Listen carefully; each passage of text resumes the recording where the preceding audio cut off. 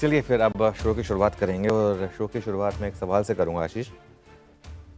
1996 में आप क्या कर रहे थे? 1996 में मेरे ख्याल से 10वीं का बोर्ड दिया था। है ना? हाँ। ओके। मैं 11वीं में था। हाँ। 11वीं में था मैं। हाँ, मैं 11th में था 1996 में। तो ये सवाल मैं क्यों पूछ रहा हूँ कि 1996 में आप क्या कर रहे हैं और 1996 की मुझे याद क्यों आ रही है? हाँ।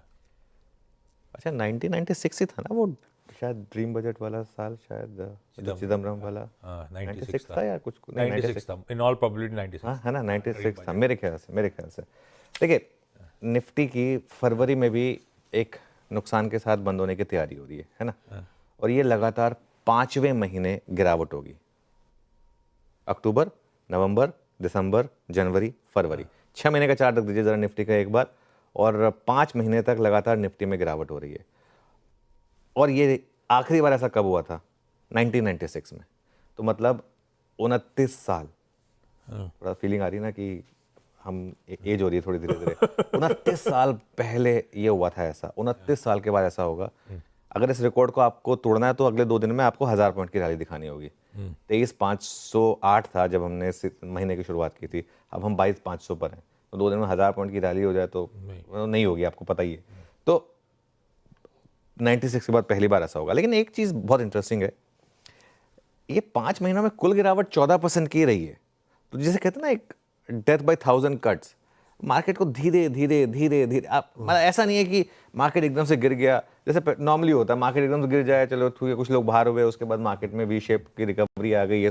ये मार्केट स्लोली स्लोली गिर रहा है। हर बार आपको होप देता है कि चलिए यहाँ पर रिकवरी आएगी, यहाँ पर रिकवरी आएगी, लेकिन फिर वहां से गिर रहा है।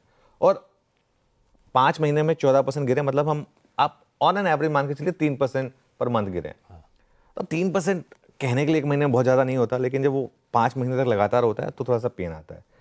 और कोविड के बाद जो रैली आई थी, वो इस रैली की अभी सबसे बड़ी गिरावट है। इससे पहले जो करेक्शन थी वो मेरे ख्याल से 12% पे आके रुक गई थी, 11-12% पर, और वो इतने लंबे नहीं चली थी, वो आई थिंक 2-2.5 महीने चली थी, उसके बाद वो रुक गई थी।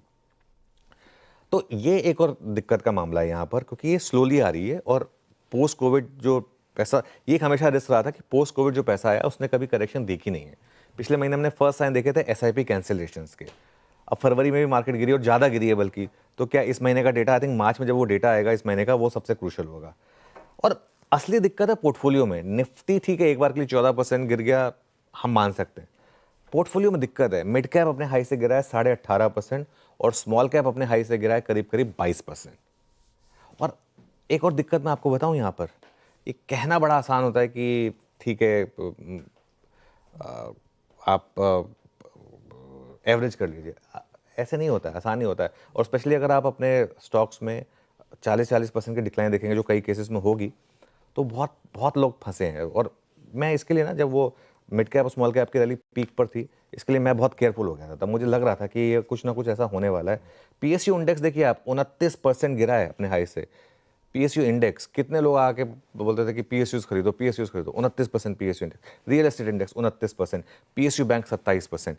ये रही है मार्केट की पेन, जो शायद इस पोस्ट कोविड रैली की अब तक की सबसे बड़ी पेन है। और ये अब आपको रिफ्लेक्ट होने लगा है। अब आप देखिए, लोगों से पूछिए, अब एकदम से वो एफडी, गोल्ड, ये सब याद आने लगे लोगों को, खासतौर से गोल्ड। अफसोस हो रहा था एफडी को नहीं कर ली थी। ये है भाई साहब समीकरण भारतीय बाजारों के।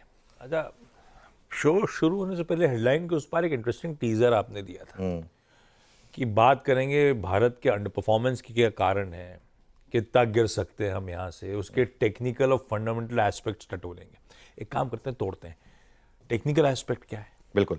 तो ये सवाल है कि आखिर कहाँ तक गिरेंगे हम, बहुत लोग पूछ रहे हैं। और इसका जवाब हम 2 तरीके से देखेंगे, जैसा आपने बोला, टेक्निकल और फंडामेंटल, दोनों तरीके से देखते हैं इस सवाल का जवाब। और पहले शुरुआत करते हैं टेक्निकल। देखिए, टेक्निकली ये बात मैंने परसों भी कही थी, मैं रिपीट कर रहा हूँ। अब हम जो पोस्ट इलेक्शन रैली थी जो जून में शुरू हुई थी, 21,800 पर रैली शुरू हुई थी, अब हम उसको ऑलमोस्ट पूरा गिव अप करने को तैयार हैं। 21,800 से 26,200 की रैली हुई, 22,500 आ गया, मतलब 21,800 में कुछ बहुत ज़्यादा बचा नहीं है। टेक्निकली हम उस पूरी रैली को गिव अप कर चुके हैं। लेकिन अब मेरा सवाल ये है कि अब हम क्या 21,800 या 22,000 पर भी रुकेंगे? क्योंकि अब जो अक्टूबर 2023 से रैली शुरू हो रही थी, अक्टूबर 2023 से, अब वहाँ से जो रैली शुरू हुई थी उसका भी 50% अब हम गिव अप कर चुके हैं। और अगर उस रैली का भी 66% रिट्रेसमेंट हुआ तो हम 21,200 वो लेवल बनेगा, करीब करीब 21,200, जो यहाँ से करीब और 1200-1300 पॉइंट नीचे है। और अगर हम एक अज्यूम कर लें कि एक नॉर्मल बेयर मार्केट की तरह हम 20% टॉप से गिरते हैं, अगर मिड कैप गिर गया, स्मॉल कैप गिर गया, निफ्टी भी गिर सकता है 20%, बिल्कुल। क्या बुराई है। तो अगर ऐसा हो गया तो वो भी लेवल जो है वो करीब करीब 21,000, 21,200 उसके आसपास आएगा। तो टेक्निकली मेरा ये मानना है कि करीब करीब 21,000 वो लेवल है जहाँ पर शायद हो सकता है कि कुछ सपोर्ट बने आगे जाकर। लीजिए भाई साहब, पेन तो है, स्क्रीन पे दिख रहा है इन लेवल्स के आसपास भी, और इवेंचुअली हो सकता है हर तरह के समीकरण बैठा दें, 2/3 रैली फिजल आउट हो, 20% निफ्टी हाई सेक्रेट होकर बेयर मार्केट फेज में जाए, तो शायद वो 21,000, 21,200 तक की जगह बन सकती है। ये लगता है ऐसा, इस पर अपन लोग रोज बातचीत कर रहे होंगे, रोज मूड माहौल पे चर्चा हो रही होगी, और उस पर अपन देखेंगे किस तरह के समीकरण बैठ रहे हैं। ये हो गया टेक्निकल एस्पेक्ट। फंडामेंटल तड़का, बिल्कुल फंडामेंटल भी जोड़ देते हैं क्योंकि खाली टेक्निकल से तो बात बनेगी नहीं। अब बात करते हैं इसमें फंडामेंटली हम क्या एज्यूम कर रहे हैं इस कॉल में। ठीक है। मान के चलिए कि FY26 का निफ्टी का EPS होगा करीब करीब 1200 रुपये। अब आप अगर इसमें चाहें तो थोड़ा सा एडजस्टमेंट कर सकते हैं, क्योंकि कुछ नए स्टॉक्स इंक्लूड हो रहे हैं, सब हो रहा है, तो कई बार वो चीज़ें चेंज हो जाती है। 1200 का मान लीजिए आप 1150 हो जाएगा, लेकिन अभी हम 1200 लेकर चलते हैं। अगर निफ्टी का EPS 1200 रुपये है और अगर आप 21,000 का एक व्यू लेकर चलते हैं तो 21,000 पर निफ्टी का फॉरवर्ड PE होगा करीब करीब 17.5 टाइम्स। भारतीय बाजारों के लिए 17 टाइम्स पर आपने अगर कभी भी बाइंग की है, आपने बड़ा पैसा बनाया। अब मैं यहाँ पर पॉजिटिव बातें कर रहा हूँ, सबको ये ना लगे कि मैं सिर्फ नेगेटिव बातें कर रहा था। अब मैं यहाँ पर पॉजिटिव बात कर रहा हूँ। इसका मतलब ये होगा कि 21,000 से 22,000 के बीच में अजम्पशन होगी कि निफ्टी कहीं ना कहीं रुकेगा, 21,000 से 22,000 के बीच में। ये एक अजम्पशन है जो हम एक्सेल पे बनाते हैं। दिक्कत क्या है, फिक्स डिपॉजिट में आप एक्सेल पे जो बनाएंगे वही होगा, क्योंकि आपको पता है वो लीनियर होता है। इक्विटी मार्केट में 5 या 6 साल का अगर आप एक व्यू लेंगे तो शायद वो हो जाए, लेकिन उसके बीच में वो लीनियर नहीं होता। तो इसके लिए ये ज़रूरी नहीं है कि आप 21,000 पे रुक जाएं, ये भी ज़रूरी नहीं है कि आप 21,000 तक जाएं। दो में से कुछ भी हो सकता है उससे पहले बाउंस बैक कर जाए। हो सकता है मार्केट 22 भी ना जाए, 21,800 भी ना जाए, उससे पहले रिवर्सल दे दे, और हो सकता है 21,000 भी तोड़ दे, 20,800 भी चला जाए। ये बात कहना क्यों ज़रूरी है, इस बात को समझना क्यों ज़रूरी है, क्योंकि हम में से किसी को नहीं पता कि इवेंचुअली मार्केट क्या करेगा। लेकिन हमें ये पता है कि मार्केट इवेंचुअली जितनी अर्निंग्स ग्रोथ है उसके हिसाब से आपको रिटर्न्स देगा आगे जाते हुए, अगर आपका 5 से 10 साल का व्यू है तो। और अगर उसके हिसाब से आपकी अजम्पशन है तो एक particular price to earnings ratio पर अगर आप पोर्टफोलियो इन्वेस्टर बाय करते हैं तो आप नॉर्मली पैसा बनाते हैं। तो ये चीज़ का ध्यान रखें कि ये 21,000 से 22,000 एक अजम्पशन है कि निवेशकों के लिए बहुत अच्छा मौका है। अब अगर आपका लॉन्ग टर्म का व्यू है, बहुत ज़्यादा लॉन्ग टर्म का व्यू है, तो 21,000 से 22,000 और 22,500 में कोई फ़र्क नहीं है फ्रैंकली, तो उससे कुछ वो इशू नहीं होता। जैसे मैं तो कहता हूँ कि 22,000 पे 10 महीने की SIP कर दीजिए। और एक चीज़ का और ध्यान रखिए, लेकिन ये जो मैंने एनालिसिस किया है ये सिर्फ निफ्टी के लिए और सिर्फ लार्ज कैप के लिए।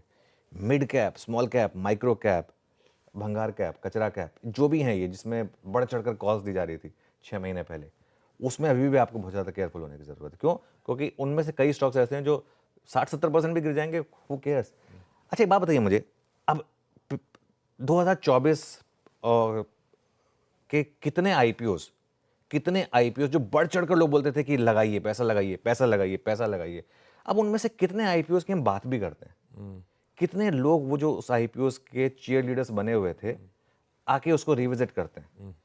उस समय तो कह दिया बड़े आसानी से कि पैसा लगाइए, है ना, लिस्टिंग गेन के लिए पैसा लगाइए या लॉन्ग टर्म के लिए पैसा लगाइए। अब कोई बात करता है उनकी? ऐसे कई स्टॉक्स में बता दूंगा जो अपने आईपीओ प्राइस से 40 से 50% नीचे, और यही होता है।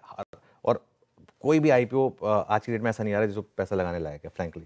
खैर anyway, mid cap small cap में अभी भी काफ़ी रिस्क है और अभी भी आपको काफ़ी केयरफुल रहने की ज़रूरत है। मौके भी हैं, इसका मतलब ये नहीं कि आप लॉक स्टॉक एंड बैरल सब कुछ बेच दें, मौके भी हैं, लेकिन वो थोड़े से आपको ढूंढने पड़ेंगे। बहुत बढ़िया।